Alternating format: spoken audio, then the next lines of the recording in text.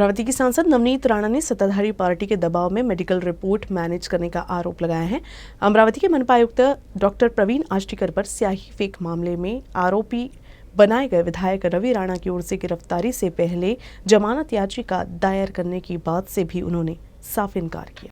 जेव्हा दाखल करू आपण तेव्हा आपल्याला सगळ्यांना आपण कळवणार आहे की आपण अर्ज दाखल केला, पण जे निर्दोष लोक ज्यांना कस्टडीमध्ये त्यांनी घेतलेलं आहे आणि मेडिकल करताना सुद्धा जेव्हा आम्ही कंप्लेंट केली की या लोकांना खूप मारझोड झालेली आहे, तर तिथून त्यांचे पर्सनली लोकांना हटवून पोलीस डिपार्टमेंट स्वतः उभी राहून त्या डॉक्टरांशी बोलली आणि मग त्यांचं मेडिकल केलं। तर मला वाटतं कुठे ना कुठे अनफेअर मेडिकलही सुद्धा झालेलं आहे। आम्ही प्रयत्न करत आहे जे निर्दोष लोक आहे ज्यांना याच्यामध्ये अडकवण्यात आलेलं आहे त्यांची बेल पहिले झाली पाहिजे आणि जसं आमची रवी राणा आमदार साहेबांची बेलची ॲप्लिकेशन आपण करू तेव्हा आपल्याला सगळ्यांना आपण कळवणार आहे। मग मेडिकल जे झालेलं ते मेडिकल पोलीस दबावात त्यांनी नीट दाखला दिला 100% प्रत्येक गोष्टी हे प्रेशरमध्येच आमच्या अमरावतीमध्ये जिल्ह्यामध्ये कायदा चाललेला आहे, कारण ज्यांची सत्ता आहे ते पूर्ण प्रेशरचा वापर ते करत आहे आणि प्रेशरच्या माध्यमातून सगळी गोष्टीचा हत्या संविधान आणि नियम आणि कायदे सगळ्यांचा हत्या आमच्या जिल्ह्यात होत है। अमरावती के मनपा आयुक्त पर स्याही फेंके जाने के मामले में गिरफ्तार 5 आरोपियों में 4 आरोपियों को कोर्ट ने न्यायिक हिरासत में भेज दिया है। अमरावती में छत्रपति शिवाजी महाराज का नियम के विरुद्ध जाकर पुतला स्थापित किए जाने और मनपा प्रशासन द्वारा कार्रवाई किए जाने के बाद शुरू विवाद गहराता ही जा रहा है। वैसे इस मामले में गिरफ्तार आरोपियों का पुलिस हिरासत खत्म होने से मंगलवार को अमरावती कोर्ट में पेश किया गया। कोर्ट ने 4 आरोपियों को न्यायिक हिरासत में भेज दिया है, जबकि इस मामले में विधायक रवि राणा समेत 6 आरोपी अभी भी गिरफ्तार नहीं हुए हैं। वैसे रवि राणा के वकील ने भी गिरफ्तारी से पहले विधायक रवि राणा द्वारा जमानत याचिका दायर करने की बात को खारिज कर दिया।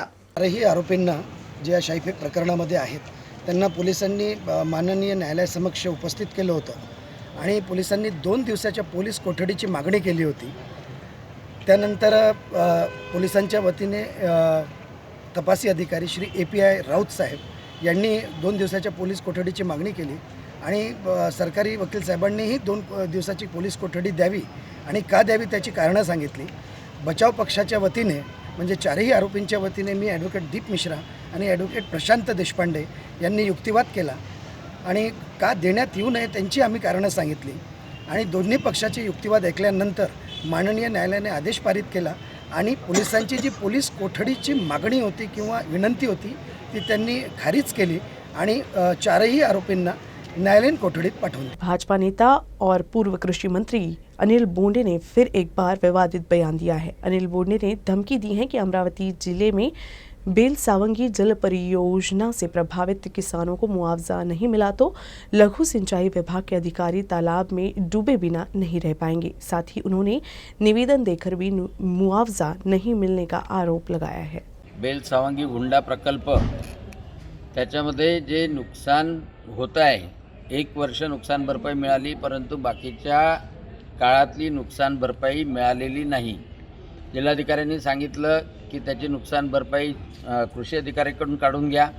ती काढली, साधारणतः 30 लाख रुपयाची नुकसान भरपाई आहे। तर ही 30 लाख रुपयाची नुकसान भरपाई ही जिल्हा परिषदनं द्यावी किंवा लोकल सेक्टर जर असेल तर शासनानं द्यावी, या मागणीसाठी आम्ही जिल्हाधिकाऱ्यांकडे आलो।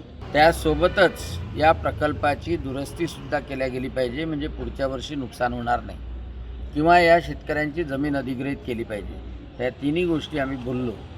आता जर या 7 दिवसात यावर जिल्हा परिषद किंवा जिल्हाधिकारी जर कारवाई करतील तर योग्य, कारवाई करणार नसेल तर हे सगळे शेतकरी एवढे त्रासलेले आणि संतप्त झालेले आहे की ह्या इथे जिल्हाधिकारी कार्यालयाच्या समोर ठिय्या धरून बसतील।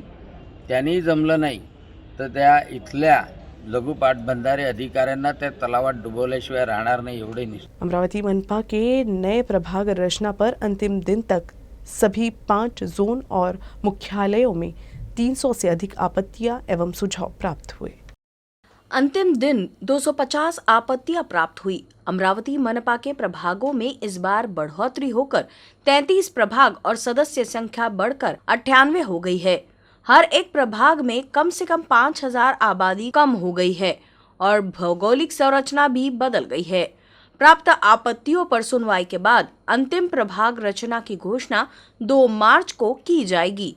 अमरावती शहर में सरोज चौक इलाके के कन्हैया रेस्टोरेंट में रात करीब 11 बजे शराब के नशे में धुत 4 से 5 हमलावरों ने होटल मालिक से बहस कर होटल में तोड़फोड़ करने की घटना सामने आई है।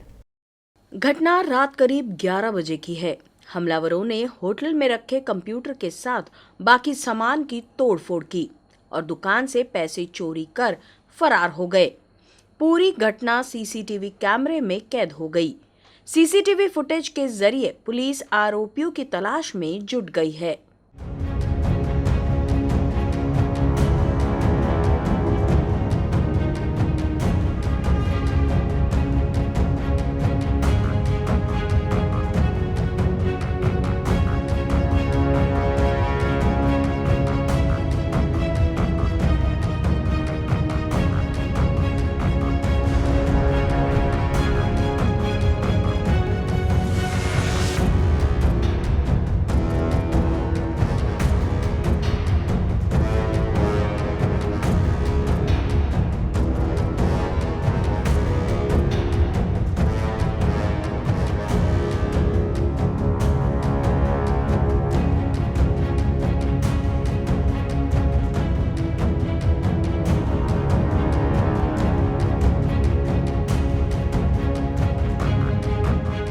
अमरावती शहर के सिद्धार्थनगर लक्ष्मी नगर में विविध विकास कार्यों का विधायक सुलभा खोड़के ने भूमि पूजन किया।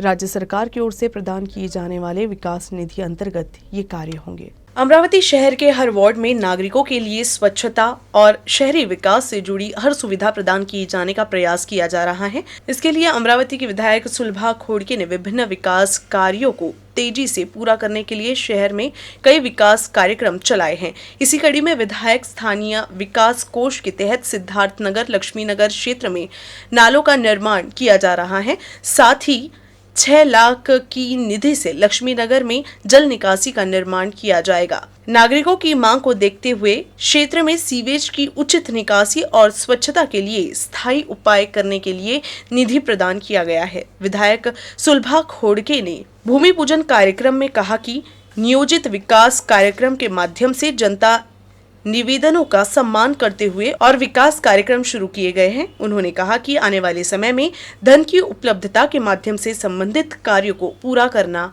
सर्वोच्च प्राथमिकता है।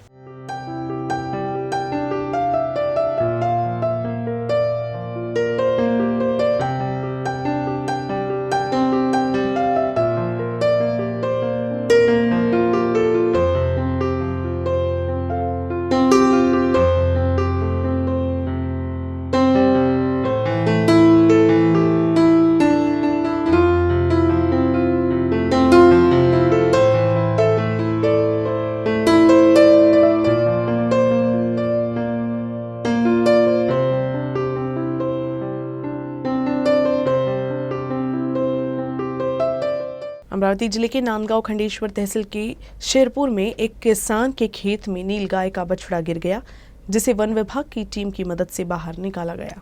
अमरावती जिले के नांदगांव खंडेश्वर तहसील के शेरपुर में स्थानीय किसान निवृत्ति पुसतकर के खेत में एक कुआं है। इसी कुएं में घायल नीलगाय का बछड़ा गिर गया।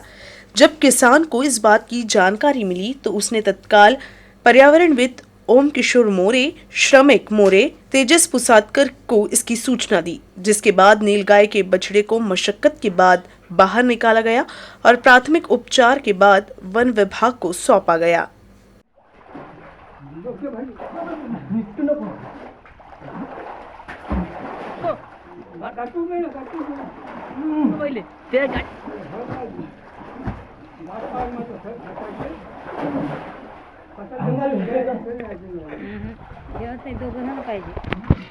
अमरावती जिले के रतन इंडिया पावर प्लांट में मनसे द्वारा कामगार सेना यूनियन की स्थापना की गई।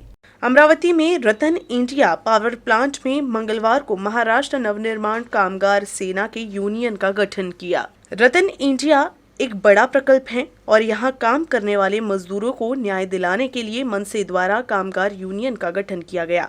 राज ठाकरे की कार्यशैली से प्रेरित होकर यहाँ के कामगारों ने मनसे कामगार सेना में विश्वास करते हुए संघ की सदस्यता स्वीकार की। कामरान सेना के सचिव केतन नाइक, अध्यक्ष मनोज चौहान, कर्मचारी कार्यकारी अध्यक्ष संतोष धुरी, उपाध्यक्ष राजेश उज्जैनकर, जिलाध्यक्ष पप्पू पाटिल, महानगर अध्यक्ष संतोष बद्रे के प्रयासों का समर्थन करने के लिए संयंत्र का दौरा किया और कामगारों का मार्गदर्शन किया।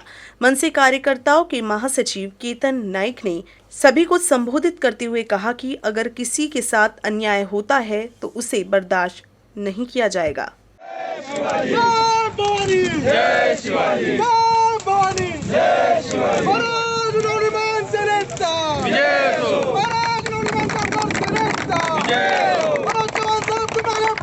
हम तुम्हारे साथ हैं।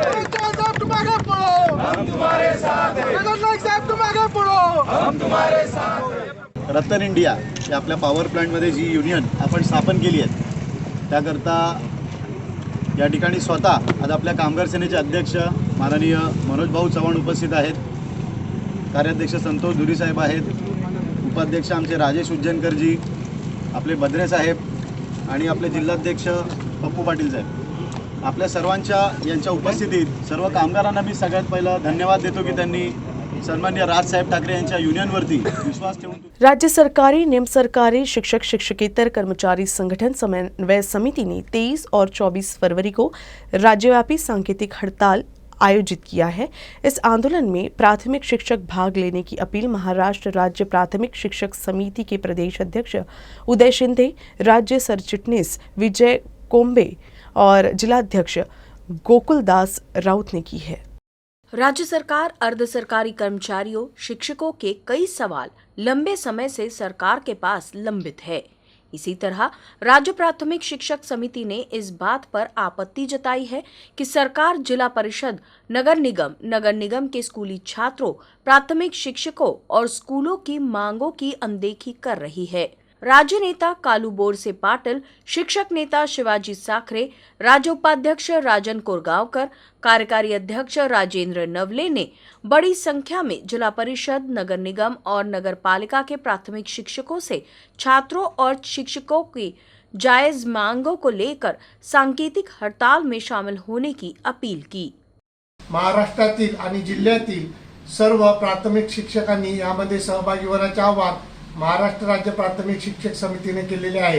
यामध्ये प्रमुख मागणी आहे जुनी पेन्शन योजना, बक्षीस समितीचा अहवाल आणि पदोन्नत्या, अनुकंपाचे हे आणि आंतरजिल्हा व जिल्हांतर्गत बदली बाबतचे धोरण ठरवण्याकरता संघटनेला सहभागी करून घेणे, तसेच मुलींचा उपस्थिती भत्ता, सर्व विद्यार्थ्यांना मोफत गणवेश अशा विविध मागण्या यामध्ये करण्यात आलेल्या आहे। येत्या 23 व 24 फेब्रुवारीला सर्व शिक्षकांनी या संपामध्ये सहभागी होण्याचे आवाहन महाराष्ट्र राज्य प्राथमिक शिक्षक समितीकडून करण्यात येत आहे। अमरावती तहसील के वडगांव माहुरे गांव के नागरिक स्थानीय सुविधाओं की मांग को लेकर सोमवार को जिलाधिकारी कार्यालय पहुंचे।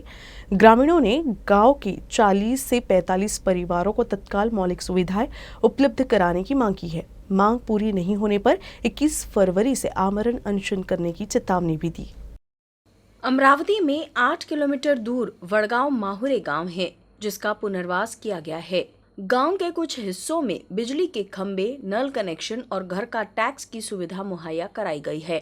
हालांकि पुनर्वसित गांव के 40 से 45 परिवारों को इन सभी सुविधाओं से वंचित रखा गया है। ग्रामीणों को सुविधाएं मुहैया करने की मांग को लेकर कई बार नागरिकों ने ग्राम सेवक, गट विकास अधिकारी, तहसीलदार को निवेदन दिए, लेकिन अब तक कोई कार्रवाई नहीं की गई। तो वहीं अधिकारियों द्वारा ग्रामीणों को गुमराह करने का आरोप लगाया जा रहा है। नळ नाही आहे, इलेक्ट्रिक बिल नाही आहे, न खंबे नाही आहे आणि पिण्याची पाण्याची व्यवस्था नाही आम्हाला ते राहण्यासाठी, पिण्यासाठी कायचीच उपलब्ध सुविधा नाही करून देऊन राहिल्या आम्हाला तिथे इतक्या वर्षापासून राहून सुद्धा। मला त्या गावात 25 वर्ष झाली आहे राहायला। ग्रामपंचायतला आम्ही नोटिसा पाठवल्या आहेत, तिथून त्यांनी त्या गोष्टीवर निवेदन दिलं आहे, ग्रामपंचायतलाही दिलं आहे। त्यांना ग्रामपंचायतवाल्यांना आमच्याकडे अजूनही काही त्याच्या हे पाठवलेलं नाही आहे।